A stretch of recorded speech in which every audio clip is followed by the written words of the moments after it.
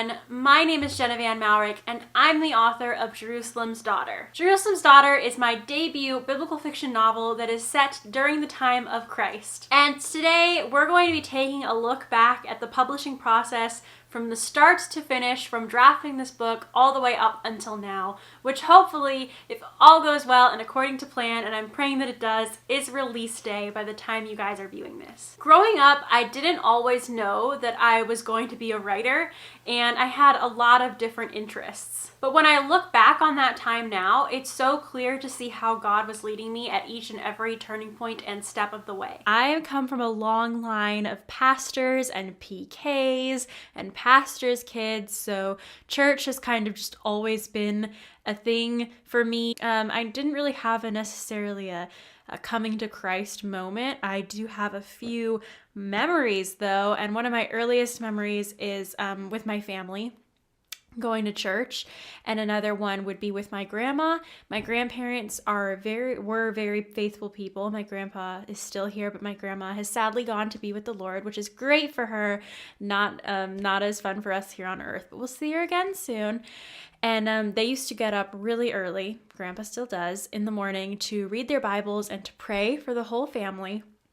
I remember when I was little, before I could read, grabbing my children's Bible, which looks like this, and sitting down next to my grandma to study with her. I was about 3 or 4 years old. I was in Sunday school and they were having a lesson on becoming a Christian. And I remember hearing this, and this person, this children's pastor, explaining it to all of us youths, essentially said, when you become a Christian, there's a big party in heaven, and then eventually when you pass away, you'll get to go to heaven and live in a very great big house with Jesus, and it'll be really fun for you. And I thought to myself, well, I really want a great big house, and I really want Jesus to live in my heart, so I'm going to become a Christian. So I prayed the little prayer that they gave us on little worksheets and became a Christian officially. And then I went home and I told my parents, guys, I have a really exciting announcement. I'm a homeowner now. I have a massive mansion. It's full of toys. It's going to be great. There's a big party going on. We're not invited to it, but there's a party happening right now because Jesus lives in my heart now. And I remember my parents saying, well, that's great because Jesus is in our hearts too. So now we all have him in our hearts. And I was very upset by that. And I said, that's not fair. Jesus can only be in my heart. That's not fair, and it doesn't make sense. It's very illogical. What inspired me to become an author is actually a bit of a long story. And if you don't know, I'm a writer who writes currently biblical fiction and is pursuing publication with my biblical fiction novel. I always was a very creative child. I was also an only child, but I had lots of cousins. And for me, that meant that I was the boss. And I used to write plays all the time and enlist them to perform in these plays with me. And I used to just read all the time and tell stories and write scripts and make movies on my laptop webcam all the time. That was my thing. I actually initially started my college career as a film student, a film major. I quickly learned in my film classes that my passion wasn't in that industry. I love film. I love studying film. I love studying old movies. But I knew that I still wanted to do something creative. And when I left film, writing became something I did as a hobby while I tried to figure out what I did want to study in college. And after a few general ed classes and me going back and forth with these various fiction writing projects that I did as a hobby, I kind of realized, wait a second, why am I not just majoring in writing? Because I'm doing this anyways, and I really, really like it, and I love reading, and I love books. So that's kind of how I became an author and a writer, because I have always known that I'm a very creative person, and I wanted to do something creative. And when I got to college, writing seemed like a great option for me because it has a lot of flexibility when you're a writer. Post-college education, you can write books, you can be an editor, you can work for companies as a copywriter, and there's just all kinds of job opportunities when you major in English and major in writing. So it seemed like a solid option to present to my parents when I was like, I'm changing my major. And it was still creative enough that it fulfilled this creative need that I have always had. Why I'm passionate about biblical fiction really kind of goes all the way back to my childhood. To get started, when I was very, very young, I had, again, this Bible, which is the Bible in pictures for little eyes. And it's not necessarily a Bible, but it is all the stories and with pictures that kids can read and understand. And as you can tell, I very much loved this to pieces. This was actually a gift from my grandma and grandpa that I mentioned before. They have a little note in here. And these were my favorite pictures to look at. I loved how bright and vivid they were. And I just really loved hearing Bible stories when I was a kid. As I've said before, I was very obsessed with movies and film and theater and all of that kind of thing. But I had movies that I would watch over and over and over again. I now have them all on DVD copy because I'm pretty sure I destroyed our old VHS tapes, if you even know what that means. The Prince of Egypt, the musical, by DreamWorks. I used to watch this all the time. The Miracle Maker, which is a stop motion animation film. So both of these are animated kind of kid adaptations of Bible stories. This is a story of like the Passion and the Christ and his ministry. And then this is, of course, the Prince of Egypt, the Exodus. This little animated series, the greatest adventure stories from the Bible. I would watch these over and over and over again, and I was just obsessed with them. I loved the colors, the stories. It was all incredibly vibrant for me. And I really was just very passionate about it. And I could watch them over and over again and never get tired of them. And to a certain extent, that is still very true. I loved them. I do still love them all. I keep them all, obviously, because they had such a huge impact on my life. But when I was a kid, I really didn't understand why I enjoyed Bible stories so much. I just knew that I did, and I loved watching various adaptations. And when I got into high school, the Bible miniseries came out, and I watched that a ton. And it just truly fascinated me and captured my mind. But I never really understood why that was or why I was so invested in biblical stories or adaptations of them. And it especially didn't make sense to me when I was trying to choose a career. Specifically, how did I discover biblical fiction and how I became so passionate about it? Happened actually right after my grandmother passed away. That was very traumatic for me because, as I'm sure you've been able to tell throughout this video, she's been a huge part of my faith journey and a huge part of how I developed a love for Bible stories. She really helped plant and solidify that love for biblical history and just interpretations of Bible stories and teaching them herself. She was a teacher for a large part of her life. And so her loss was very difficult for me. I have always loved reading, but at that point I kind of had a falling out with all arts. I didn't enjoy reading or watching movies, and I kind of fell into a bit of a depression, a depressed slump. And I remember going to the local Barnes & Noble, and I remember seeing this book on the shelf. And this is The Pharaoh's Daughter by Misu Andrews. And I remember instantly just feeling drawn to it, like I needed to own it. And it is about the Exodus, about Moses' mother, about the Pharaoh's daughter who drew him from the Nile and raised him. And one of the major themes of this book is also grief and fear. And I didn't know that at the time. I immediately just had to purchase it because it had Egypt on the cover. And I purchased it and I read it. I'd never heard of biblical fiction. I'd never heard of Misu Andrews, but I knew I had to own this book because it had Exodus on the cover. I fully credit this book and a few others for pulling me out of my grief and giving me hope during that time, and also for bringing Bible stories to life in a new way, because when my grandmother passed away, I was around 16 or 17 years old. I didn't really enjoy my Sunday school lessons anymore or children's videos as much as I had. But this brought them to life again for me in a way that I could start seeing things new in them as a young adult and as an adult. And I could learn new things from them. And I love biblical fiction as a form of Bible study because it really draws me into the Bible stories, and then it encourages me and makes me want to go back into my Bible and read the biblical account. And after I purchased this book, I very quickly went out in search of every other biblical fiction book because I read this in about 24 hours. I finished it in a day. And I returned to Barnes & Noble the following week because I needed more books. I couldn't just stop there. And when I started to discover these books that not only covered subject matter like that I had already loved as a child, but did it in a way that brought depth, it completely changed my perception of Christian fiction. And I was opened up to this whole world of biblical fiction.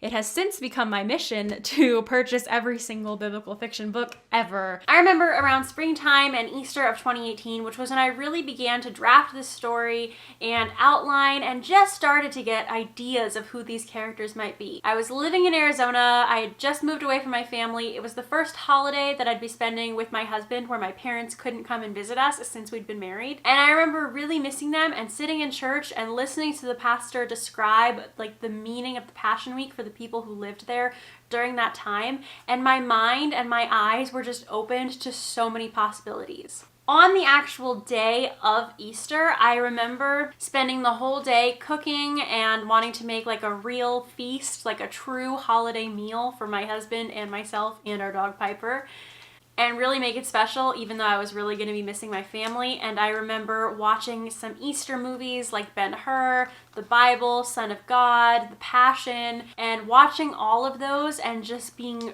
completely captured by those stories. At this point, I had been a long-time fan of biblical fiction, and my mind started to wonder if there were stories out there like the one I was wanting to read. And I was sitting there watching these films, and instantly a young woman named Shamira made herself known to my mind and gave me, a very headstrong glance and said, "You need to write my story." And I remember kind of shoving that aside, but I couldn't get her character out of my mind. And a little while later, I met or was introduced to Asa, who was saying, "Listen, you really need to write this story for Shamira." And these two characters were so lifelike to me, and I knew them so well, so instantly, that I was completely, I got this vision of the ending of the story. And the ending of the story has pretty much stayed the same this entire time. But I had this immediate vision for how the story would end. And I remember talking to my cousin who was visiting around that same time, Carissa. And I remember talking to her and being like, "I have this story idea, but it's not really a story idea. It's just characters and this." And I told her what I was picturing for like the ending of the story. And she said to me, "Well, the ending is a start." And at that point, we went out, did some shopping, and I didn't tell anyone at that point what I was doing because I was still very unsure and intimidated by the idea of writing biblical fiction. I'm here today with my cousin, Carissa. This is Carissa, and today we are doing a trip we already went to the mall to get coffee because we're in like a nice area with a nice mall with nice coffee. Sounds nice. It is. And after this, we are going to a Lifeway Christian store and to Barnes & Noble because we really want to be in debt. So, I'm not wrong. So, You're not. That's the sad part. That is where we are heading now. You can find us in debtor's prison later. So, yeah, I hope you enjoy this video. It's a short little montage of our trip to the bookstore.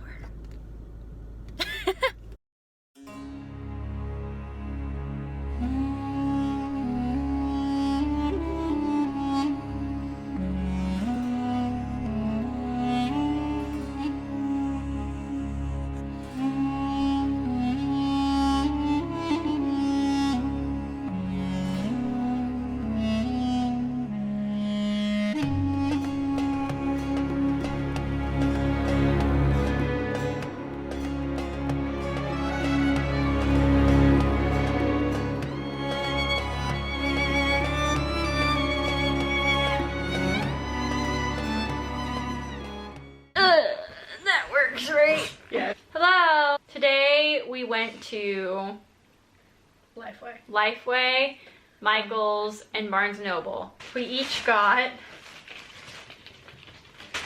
tote bags that say Bible, coffee, journal, and quiet.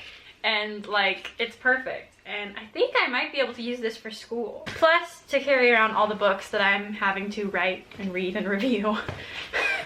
all the books that you have to write. I have to read and write reviews on. The only book I got was A Light on the Hill by Colin Cosette, which I've heard good things about. Yes. I got Bathsheba, which I'm really excited about. The next book that I got was Lydia, Woman of Philippi. The last thing I got at Lifeway was Everyday Life in Bible Times, which is a book that is not a fictional book, it is sad. You're just Vanna Whiting up everything. Yeah, well, I'm a vlogger now. I'm cool. I'm really excited because I always have been fascinated by what life is like during Bible times, hence the excessive amount of hoarding biblical fiction and books that take place during Bible times. Because I feel like if you understand what life was like, I'm missing a lot of books too because I took a bunch out to take bookstagram photos, so things are falling over. I feel like if you understand what life is like when the Bible was written, you can better understand the Bible verses and the context in which they were written. So I'm excited to look at this. It's kind of like a reference book. It just has like topics and you can read about them. So I am really excited to look at this and maybe it will help me understand things. And then the last thing I bought at Lifeway was this map.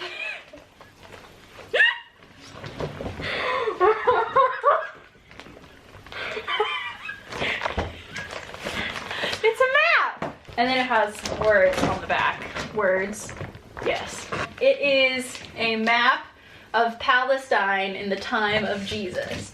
And it has like lines that show you the routes that Jesus took and his journeys and major roads and like points. And I think that's really cool. And I want to learn more about that and study that. And my voice is shaking. I don't know why. Say hi. And we went out and I got a bunch of like crafting supplies and poster board, paper, different colored pens, a few research materials, and just some little things here and there. And I slowly kind of started writing out and penning out what I was thinking, and I wrote a huge summary. I remember sitting down at the mall waiting for my husband to get off of work. I remember having my laptop with me and this book and I think maybe one other just on hand at the time because I'd just been to the bookstore that day. And I pulled it out and I was reading it and suddenly, boom, a light bulb went off, something happened in my brain, and I wrote the entire summary of the book, which ended up being around like 10,000 words for my first, like, just quickly writing all the beats of the story, and it all came out in just this like quick writing session. And it was clear to me from that point on that the story was going to be written, and I ended up filling in my outline, making it super detailed, and then I announced to the rest of the world, by the way, I've decided to write a book, which was pretty amusing for a variety of reasons, because I had said previously that I would be very intimidated at writing biblical fiction and that I would never write biblical fiction. I have a huge amount of respect for them, and that genre is way more than I could ever handle writing. Not that I might not ever write something in biblical fiction one day.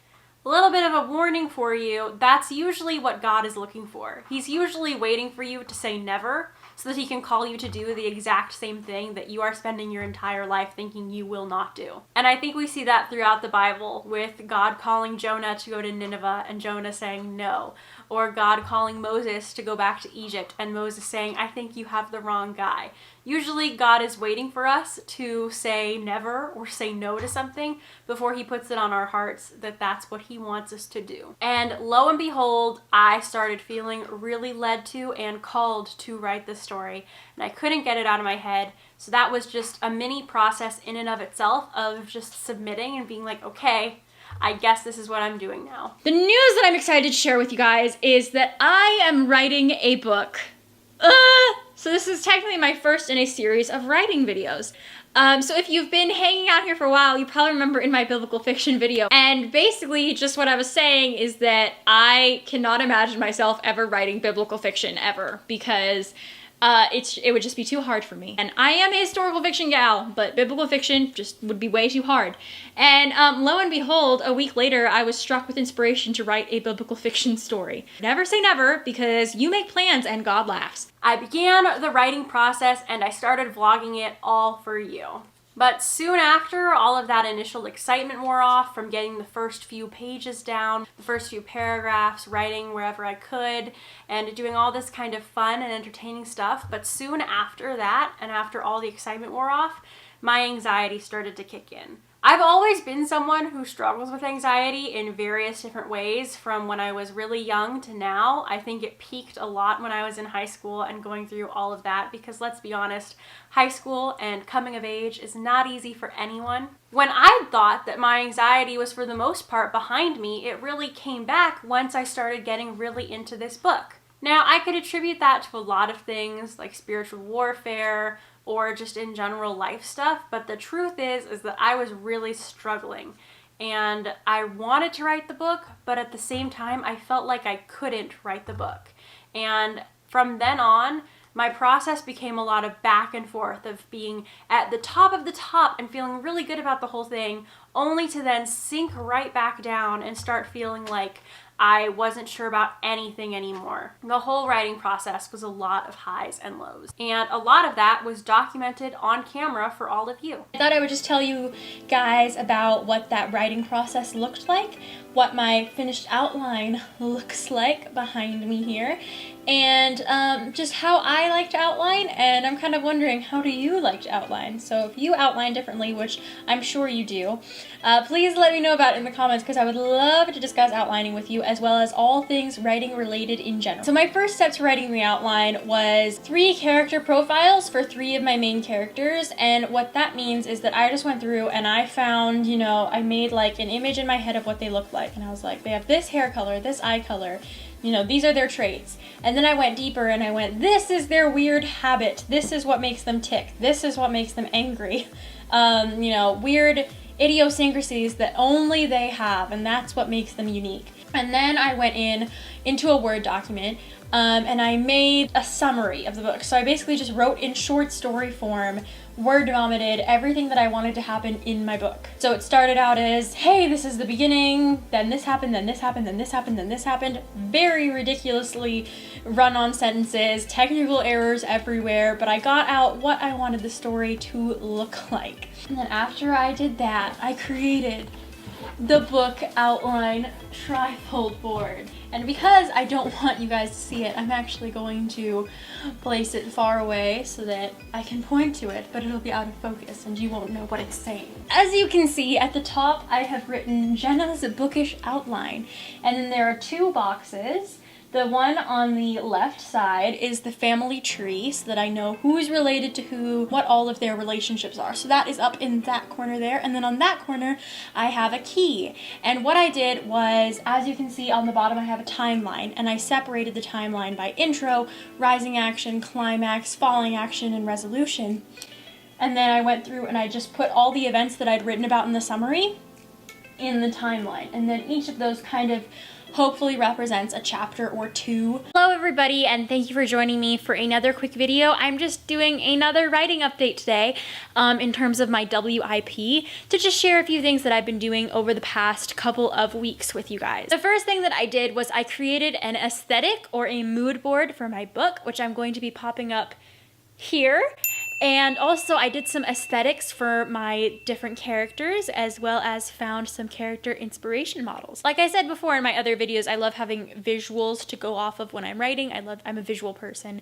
I like to have something to look at to inspire me, and I am just so in love with those aesthetics for my book. I wrote the first chapter of my book and I'm feeling really good about it, and I've already gone back through and edited it, so I feel even better about it. I'm really excited for this project, but I'm also very intimidated because it just feels like it's a lot of pressure for me to live up to.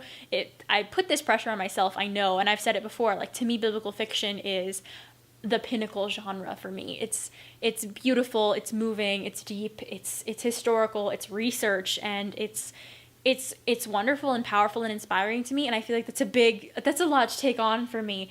But I think I mostly just made this video. It's a very quick video, but I made it just to be like, hey, anybody have any tips or ideas on how I can get through this?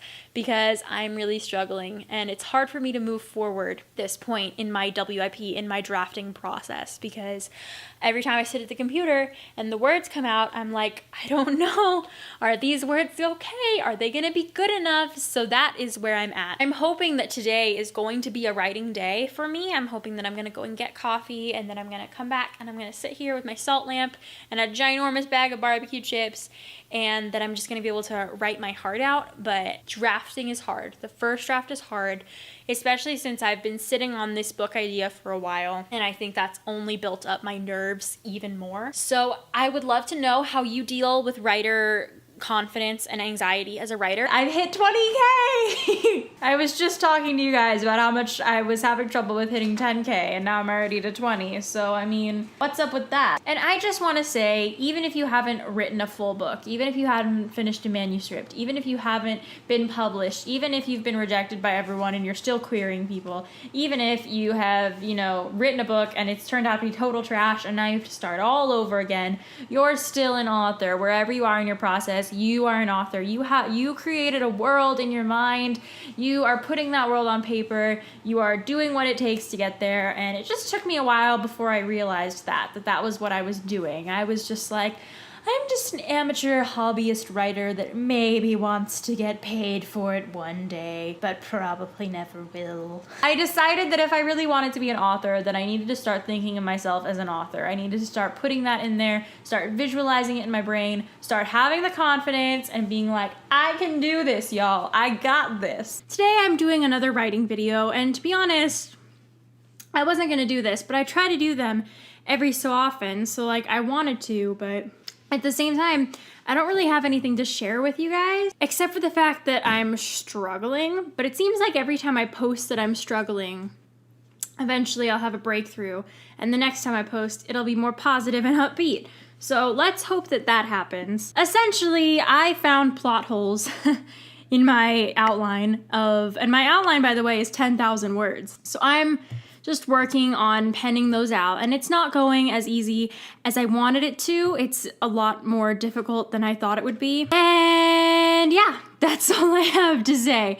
Have you ever found a plot hole in your book, and how do you fix it? Writers, tell me. So this gorgeous candle is lit, and it is just all the aesthetic in the world right now to me. I love candles and pumpkins and fall. So there's about an hour before the live sprints start. I'm just gonna double check that actually. Also, this is random. It's a Thursday, and I didn't know that on Tuesday, Connell and Cosette, like the real Connell and Cosette, shared my YouTube video that I did this week, which was awesome. It was called We Need to Talk About Connell and Cosette, and I did like a little rant about her book. So that was really cool, and I was like, oh my gosh, the actual author shared my video, and now I'm validated as a human.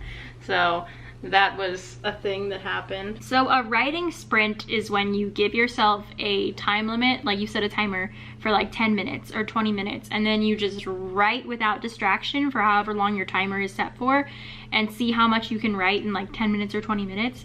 So like if you're one of those people that like works better under pressure or needs to like give themselves like limits and rules to make sure that you're actually writing, I love writing sprints, and you don't even have to write when you're in a writing sprint. I know a lot of people do writing sprints for outlining, and they just set themselves little timed goals to try and see how much they can accomplish in like a little bit of time.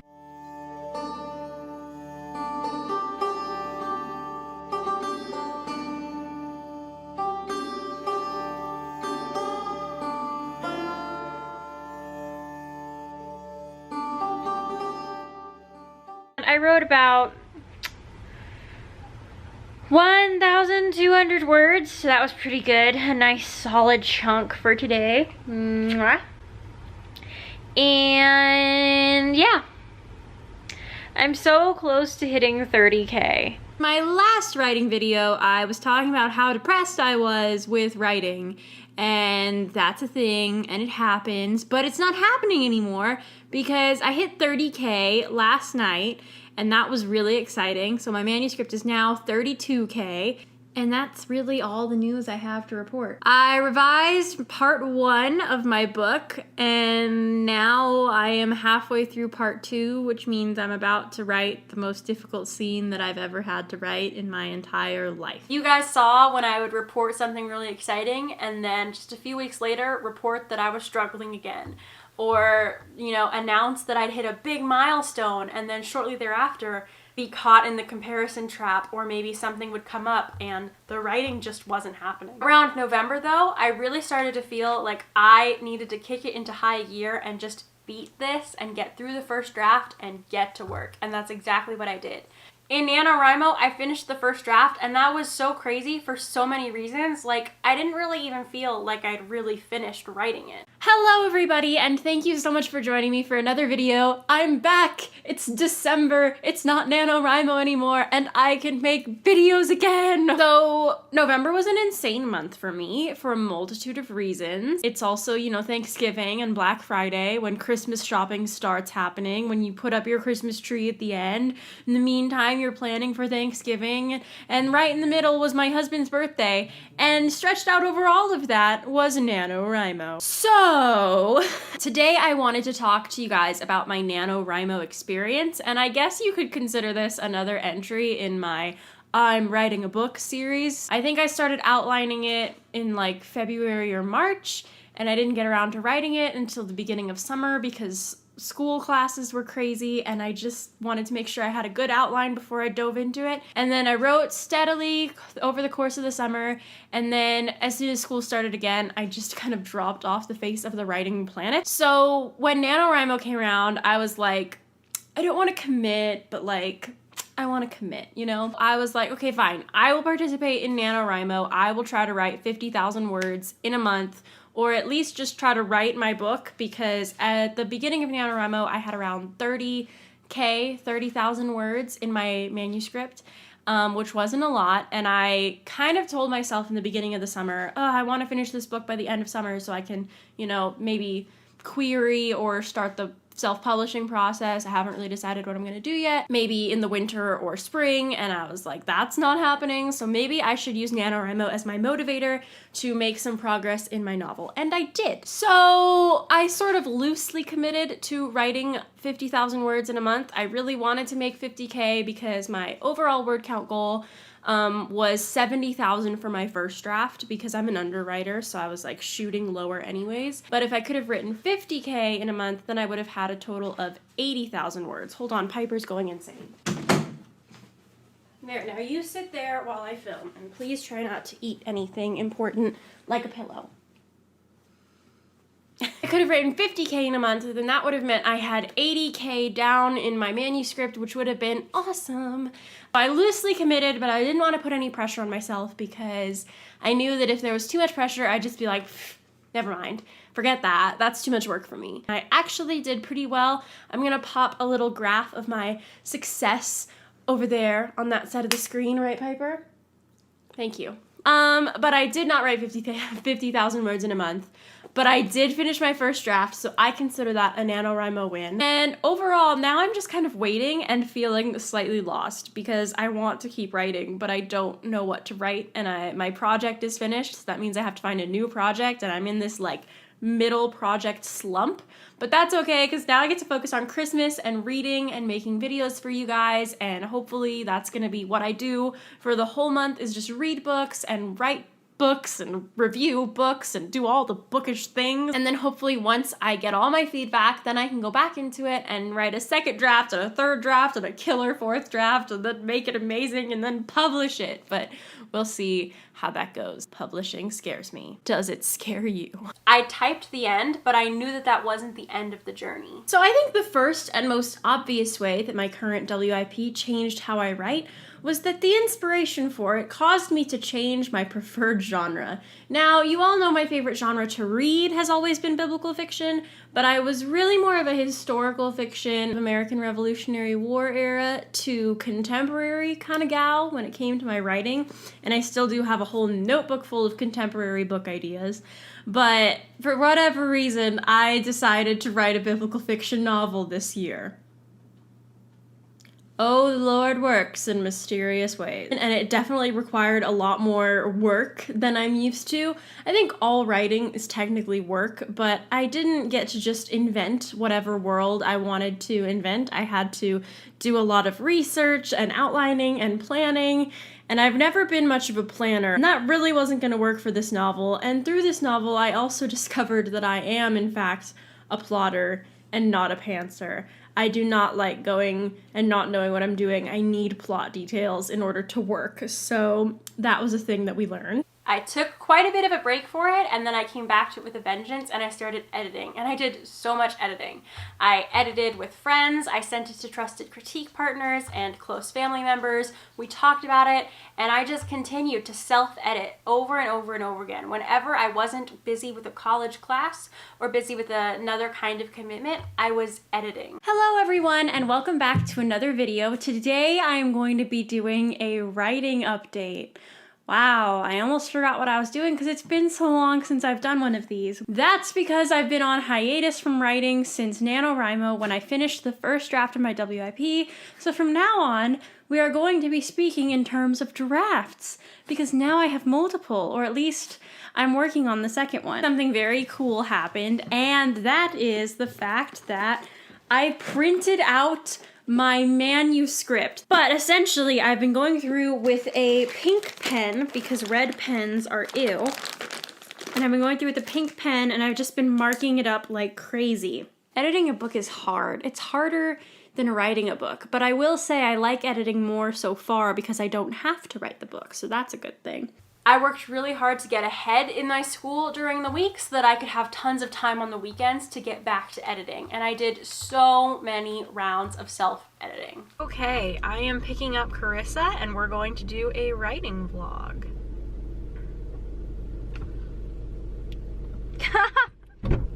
Where to, my friend? Well, there's any number of places. Uh-huh.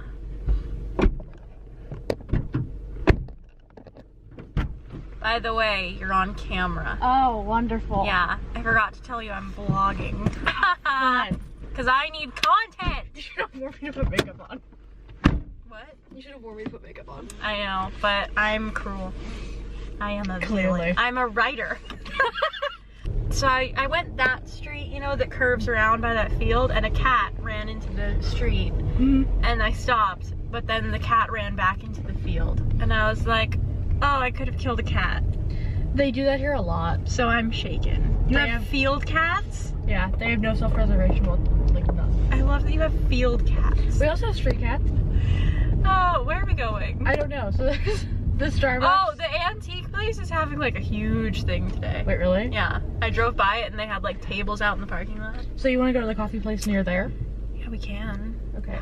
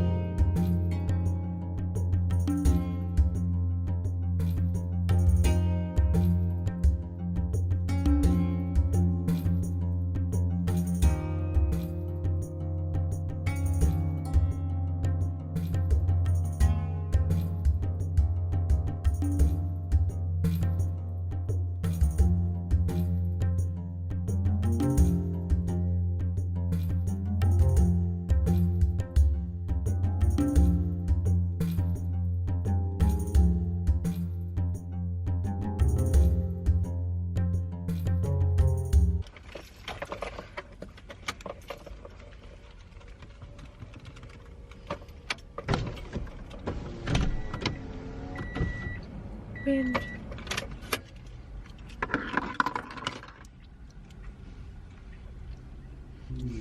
I'm just really hungry.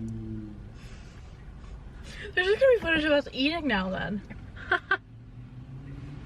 I spilled a crumb.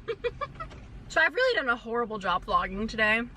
And I apologize because this was supposed to be a really fun and entertaining vlog with my cousin slash critique partner, I guess I would call you. That was so professional. She critiques my writing and I critique her life. Oh honey, if you think I'm not critiquing your life. We've been mortal enemies since I was 8 and she was 4. Did you say moral or mortal? Both. I'm just kidding. If you've seen her in other videos, you know we're actually usually much more talkative, and I don't know why we're both so brain dead today. Probably because we haven't had any actual food. True, we've just been having like coffee. Coffee, tea, and carbs. We edited 4 chapters of my book, which is a lot. I think in my version, it was about 60 pages. I don't know how much it was in your version. A lot. That was really fun. I like editing my book. I think editing makes it better. You are the first person who ever reads anything I write. What is that like? It's fantastic. Okay, it's fantastic, but it's also, oh, that was a weird brightness thing. It's fantastic, but it's mildly irritating because I'm so positive because I make references to the things that you write and nobody gets it. Yeah, because you're in on it and nobody else is. How has my writing improved since the unnamed project that we don't talk about anymore? Oh my goodness, it's so much better. It is very cool getting to read and like go over, I guess, like go over and you're basically, you send me things and you're like, judge these for me. Yeah. Which is, I mean, critique partner, it's kind of what, it's kind of in the job description. I very much need like instant gratification though. Like when I send you something, once I've written something, I immediately need someone to give me like some kind of feedback on it. I'm on the frontage road, oops. I immediately need someone to give me some kind of feedback on it. Otherwise, like, I just go crazy. I am back at home in my trusty old office, and I just wanted to close out today's video since I don't think I'm going to be doing any more vlogging. Piper's trying to get a toy, so if you hear noise, that's what it is. But yeah, today was really fun, and I think it just demonstrates how productive you can be when you specifically designate time to writing and, you know, specifically set aside a day where you plan with a friend or just maybe with yourself that you're gonna go out there and write some words or edit some words or do stuff, and how it's really much more fun to do that when you have someone to do it with, like a critique partner or a good friend or somebody who you trust with your writing. Hello everybody and welcome to another video. Today we're going to be taking a look back at all the progress I have made on my WIP in the past year. So we are currently approaching, if not by the time this video goes up, my 1-year anniversary of starting to officially work on / write my WIP. And to celebrate this and kind of just take a good look back at where my book has gone in the past year and what progress I've made this past year, I had a very rough outline. I had an idea of what I wanted to write about, but I didn't have all of the pieces of the puzzle put together yet. And if you know me, then you know that I'm a huge plotter. I very much outline everything. And at that point, I didn't have an outline. I just had an idea that I talked about with Carissa. And we talked about kind of where I thought the story would go, but I really didn't know the characters. I didn't know hardly anything. And then I think that the next video I ever did was when I'd either finished my outline, finished my full detailed outline, or it might have been right around the time when I wrote the first chapter. I wrote this book in sequential order, and I wrote the first chapter first, and that first chapter has actually stayed mostly the same throughout the entire process as I've been writing. I haven't changed the first chapter much at all. I started writing in May while I was on vacation, and I wrote a ton in the summer, and then school started again in the fall, and I took a little bit of a mini break and I wrote on and off. I started doing live Instagram lives in the fall that year of just doing writing sprints to kind of keep myself accountable. And then I did NaNoWriMo. At the time I did NaNoWriMo, I already had about 30 to 35,000 words starting. So I needed to write about, I had a goal of around 75 to 80K total that I wanted my manuscript to be. So NaNoWriMo was the perfect opportunity for me to write that last 50K. And I didn't end up making it to 50K. I think I got to 70K. Which means that I wrote about 40,000 words during NaNoWriMo, but at the end of NaNoWriMo, I typed the end on my manuscript, and that felt very bizarre to me for a couple of reasons. The first was because it just didn't feel like it was the end. My manuscript to me still feels very incomplete. There are parts that need to be edited, so it was kind of an oxymoron for me to write the end on something that I knew I wasn't finished with, but I did that. And the second reason that it just felt weird was because I never thought it would end. I had kind of started in the summer with a plan that I was going to finish the first draft by the end of summer so that I wouldn't have to worry about it going to school and I could take my time and edit it. That didn't happen. It was hard for me to write the first quarter of that book in the summer. It was very difficult, a huge challenge, and it was just hard. But then once the summer passed and I hadn't finished it yet, I just kind of felt like it would be the book that I would be writing for forever. If I couldn't finish it in the summer, if I couldn't finish it in a few months, I would never finish it. So when I finally did, it was a very surreal experience. And then in December, I went on Christmas vacation with my family and took a break from writing, and in January, and I think around February is when I picked up my book again and I decided to start editing it. You guys saw that video. I went out and I bought a ton of pens and pencils and editing supplies, and I started to self-edit my manuscript, and I'm halfway through. As of making this video, a year after starting, I'm halfway through my first round of edits, which means I've shown it to a couple of people and I've gotten some feedback, and I've halfway through my first round of self-editing. And for me, what I'm kind of looking for is mostly a lot of structural issues, because I think that my sentence structure when I'm writing, I get very into the prose of writing, not necessarily as much the dialogue, but the prose part of it.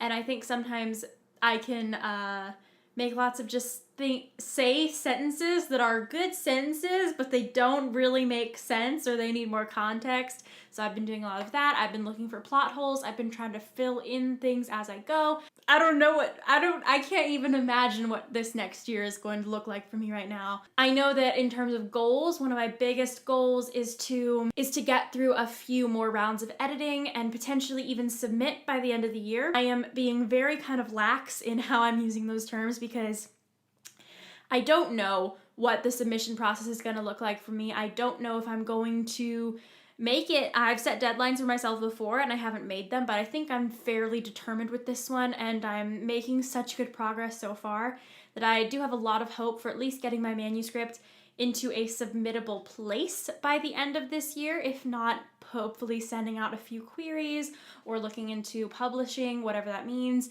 I am leaning more towards traditional publishing, which means submitting my manuscript, getting picked up by a professional publishing house, having them mark it and edit and do all my cover design for me. But that doesn't mean that I wouldn't potentially consider doing self-publishing if that option became available to me. That's a lot of words.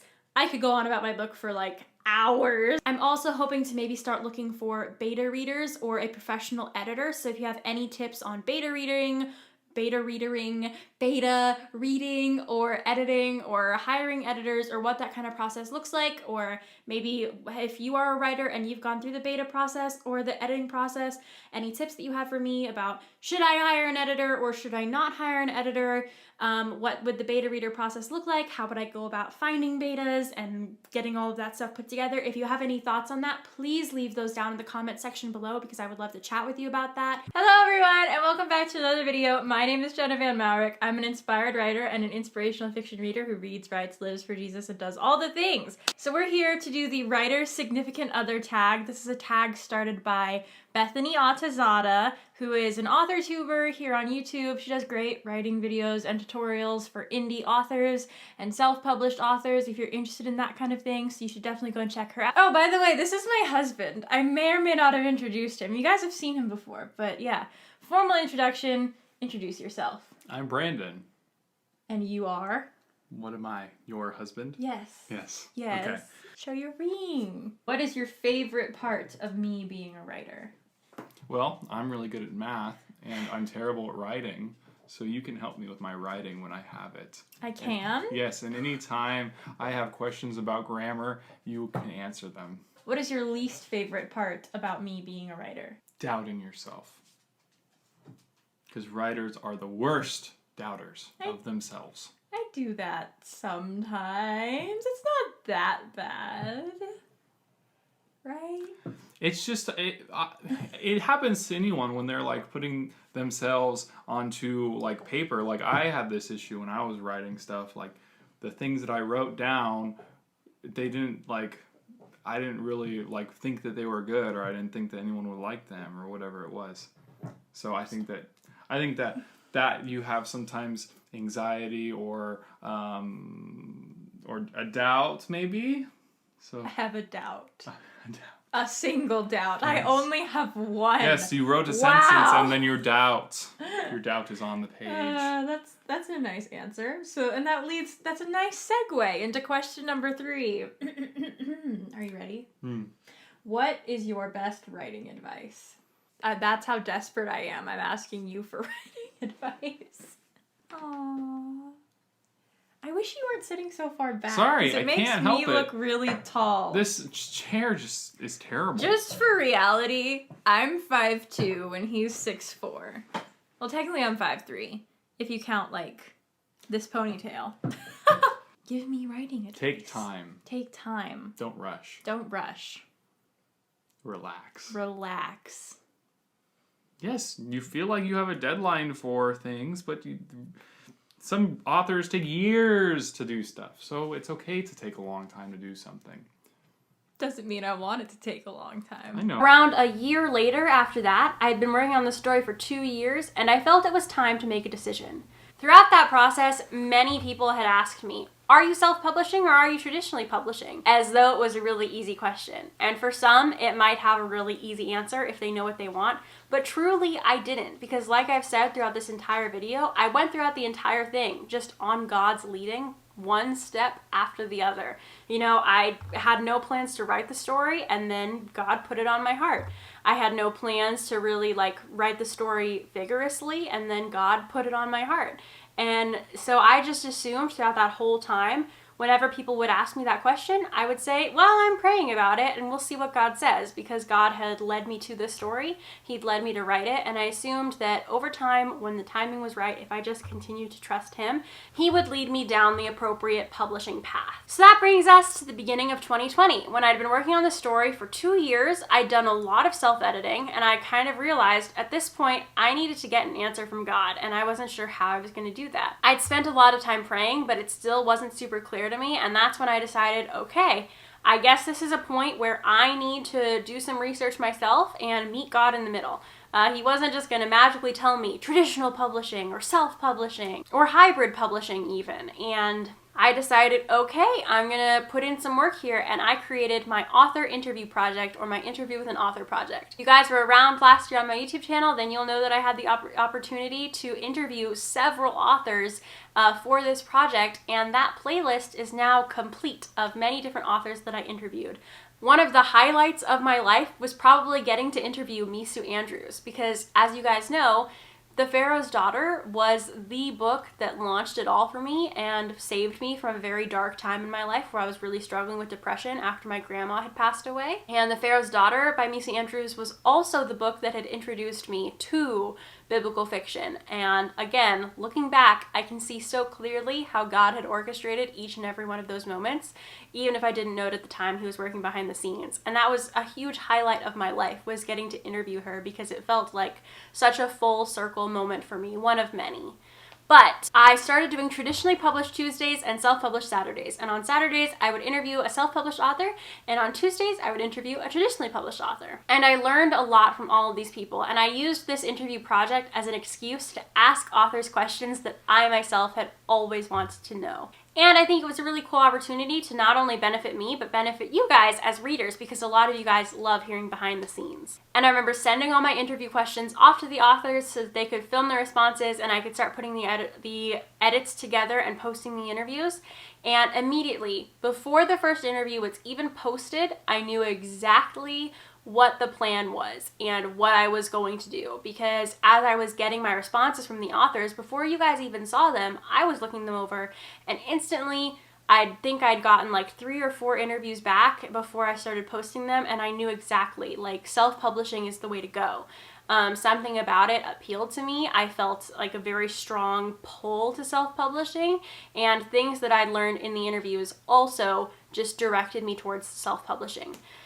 That's not to say that there was any particular interview that turned me away from traditional publishing. It was more so that there were interviews that excited me about self-publishing. So it wasn't that I was feeling that traditional publishing was bad. It was just that I felt like self-publishing was more good and more right for me and what I was looking for. I realized then that self-publishing was right for me, and that I really wanted to have that control, not only over small things like the cover design, the formatting, how the book was marketed, but I also just wanted control of the content of the book. And that doesn't necessarily just refer to explicit content or unsavory content and making sure that that wasn't in my book, but that can also refer to historical content and scriptural content and making sure that all the scripture that I wanted in the book made it into the final draft, and making sure that all the historical details that I had found made it into the final draft, and making sure that, you know, no corners were cut at any point of that process, or nothing that I felt was vital ended up being removed by an editor somewhere along the line, or that I had to compromise on any of my beliefs. And I'm not saying that that would have happened either, but I am just saying that that is the direction and the way that I felt very strongly I was meant to go for those reasons, and others. But of course, once I made that decision, and once I realized that that was where God was calling me, that's where the fun began. I continued to do more self-editing, and I became a lot more rigorous with it because I suddenly knew where I was going. I knew, okay, now it's time to get beta readers, and I did that. I reached out, I had several beta readers, and I got lots of feedback. Some of the feedback was great, some of the feedback was not so great. Some of it I agreed with, and some of it I didn't agree with it. But even if I didn't agree with the feedback, there was something to be learned there. Let's say that someone interpreted a character completely differently from the way that I meant them to come across. That was for me then an opportunity to go back and look at my manuscript and try to figure out what gave them the wrong impression about this character, and how could I change it or rewrite it or adjust it to make it more accurate to the characters that lived in my heart. Beta reading itself was a grueling process, and even after I finished beta reading, you guessed it, there was more self-editing. Finally, in the fall of 2020, I took the biggest leap of my life and I signed a contract with an editor, and I started having my manuscript professionally editing, which is again one of those experiences that I learned so much from, and I'm so grateful for my editor because they not only just helped whip my book up into shape to where it felt like a professional manuscript, but they also helped me realize things about myself as a writer. They told me good things about my style, and they told me, hey, you know, I see what you're doing here. I see that you have this style. It just needs a little bit of work. You just need to, you know, learn a little bit, have a little bit of exercise, and try to narrow it down. And for me, I was so grateful for their feedback because I felt that they really understood me and my goals as an author. They weren't trying to turn me into a, you know, cookie cutter author or make my style sound like another style. They really saw my style for my style and just helped me hone it and develop it and polish it and made it shine. And they helped me learn so much about myself and why I write and why I write the way that I write. And I will forever be grateful to my editor for that experience. And Jerusalem's Daughter would not be the book it is today without them. And then even more exciting things happened. I turned 22 years old. I revealed my title, I revealed my cover, and so many of you guys helped me with my cover reveal. And it was so exciting to see all of your opinions and thoughts and see people talking about my book for the first time.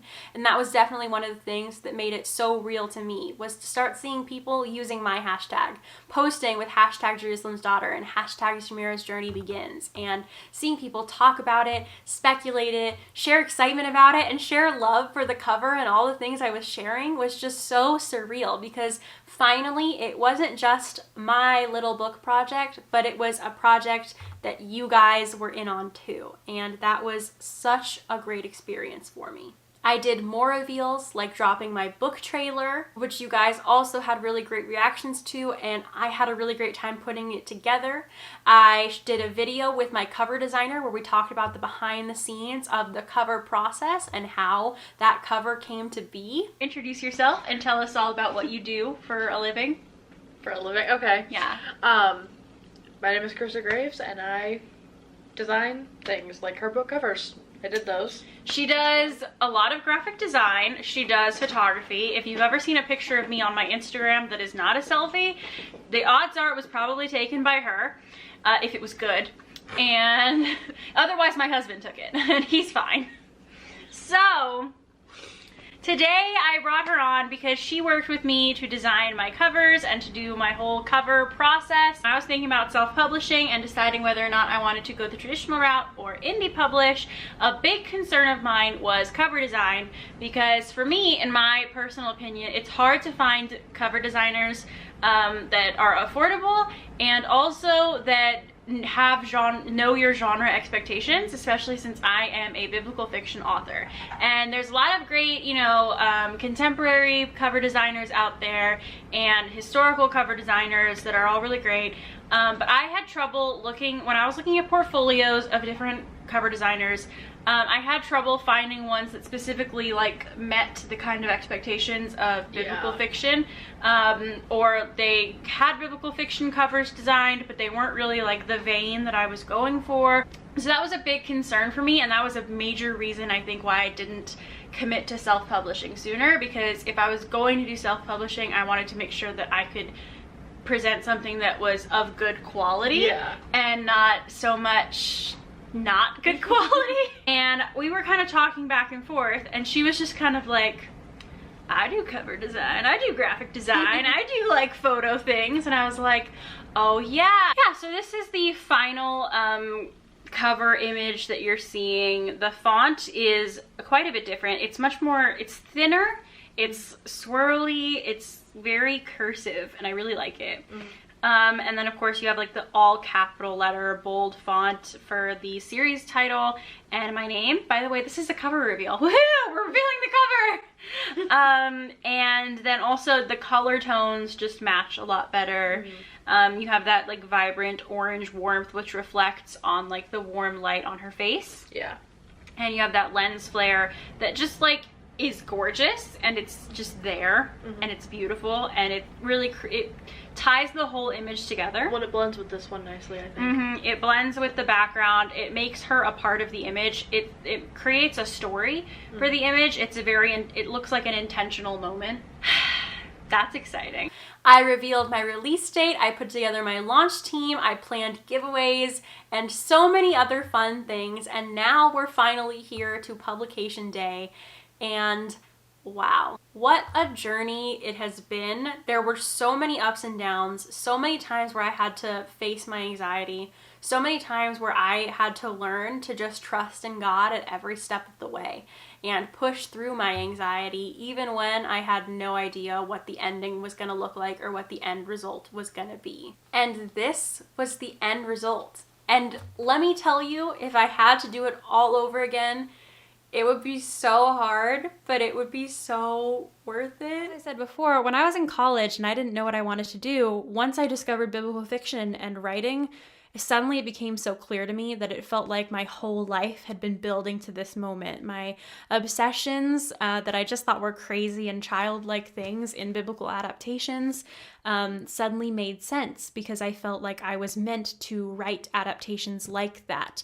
My love for documentaries like Drive Through History and others that I am not thinking of right now were precursors to the kind of research that I would be doing when I started writing my own novels. To me, I realized that I'd been preparing my whole life to write biblical fiction and to share about biblical fiction. And once I realized that, I suddenly had direction and purpose. I'm just really happy and thankful and grateful for this journey that I've been on. I really wish that my grandma was here to share it with me. I always used to say that if I ever had a book published, I would dedicate it to her. And that's still true in the dedication. She's the first one that I list. And it's just crazy to me that there were so many struggles and so many points where I wanted to give up, or where I cried, or where tears were shed. I really wanted this video to be super professional too, but now we're coming to the emotional part. It took 3 years to get to this point, from writing the book to publishing the book. I'm so grateful to so many people. There's so many people that I could thank and acknowledge in this video, but we're here now, and now you've seen a little bit of how this book came into being and why I'm so passionate about it and how I developed so much of that passion. And now I hope that you will take the time to get to know these characters for yourselves and go on that journey with them, because now they're not just my characters, but they're yours too, and they can be. And all of that information is going to be in the description box of this video. Sometimes our lives don't always make sense. The things that God gives us or puts in our paths may seem disconnected and disjointed, but more than anything, this book and this whole process has just taught me that there was a reason for everything that I went through in my life from that point to now, from the beginning to now. And I hope and pray that even if you haven't experienced that yet, that you will soon, because it's really cool to look back and see God's hand in your life and just how well He orchestrated everything, because I enjoyed authoring this story, but God is the ultimate author, and He writes the best plots and orchestrates everything so well and weaves all of our lives together in the most incredible, incredible ways. More than anything, something that I hope that you'll take away from this video is just the power of what it can mean to submit to be God's vessel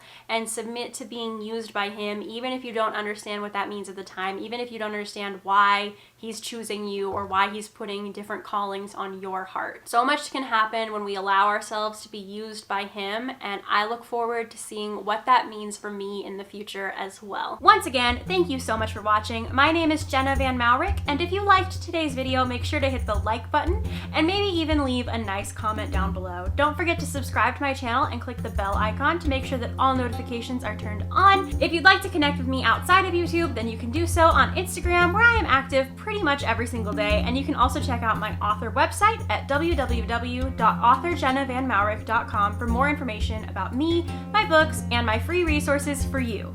All of my other social media links, handles, and information will be in the description box. So much for watching. If you made it all the way to the end of this video, I hope you enjoy my debut novel, Jerusalem's Daughter. It's been really fun looking back at the entire publishing process and what that's looked like from start, the literal start, to now, the complete finish. I'm looking forward to having more fun with you guys throughout release week, and I will see you guys in my next video.